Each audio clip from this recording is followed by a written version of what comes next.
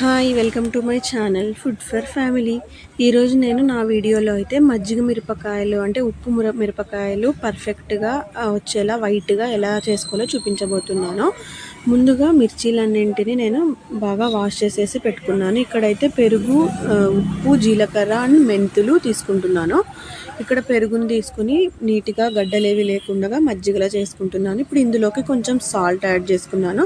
And అలాగే ఇదైతే మెంతులు అండ్ జీలకర్ర రెండు మిక్సీ పట్టేసి పెట్టుకున్న పౌడరు.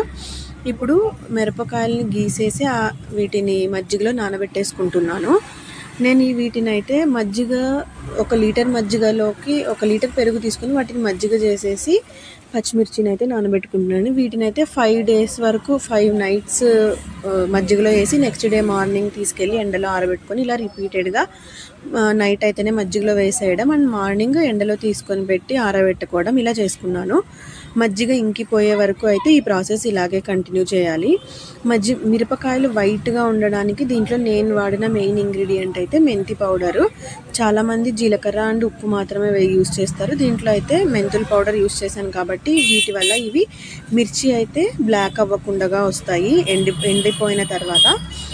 ఇలా రిపీటెడ్గా మజ్జిగ అంతా వీటికి బాగా పట్టేలాగా ఇలా మజ్జిగలో మునిగేలాగా చేసేసుకొని నైట్ అంతా ఇలా వదిలేసేసి నెక్స్ట్ డే మార్నింగ్ తీసుకెళ్ళి వీటిని అయితే చక్కగా ఒక క్లాత్ అలా తీసుకొని ఎండలో అయితే ఆరబెట్టుకోవాలి. చూసారు కదా మిర్చీస్ కన్నింటికి మెంతుల పౌడర్ అండ్ మజ్జిగ ఎలా పట్టేసుకున్నాయో.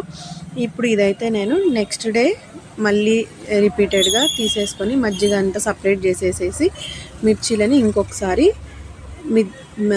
ఎండలో ఆరబెట్టేసుకుంటున్నాను. ఇలా 5 డేస్ అండ్ అలాగే మజ్జిగ అంతా అయిపోయే వరకు చేసుకోవచ్చు.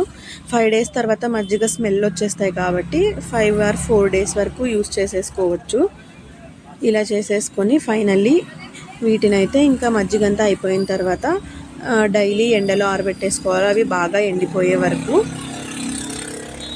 ఎండనివ్వాలి వీటిని బాగా ఎండలోనే.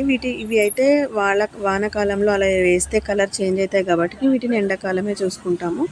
చూసారు కదా, మీరు కూడా ట్రై చేయండి వీటిని మజ్జిగ మిరపకాయలని. వీటిని చల్ల మిరపకాయలు అని కూడా అంటారు. కొన్ని ఊర్లలో కొన్ని నేమ్స్తో చెప్తూ ఉంటారు.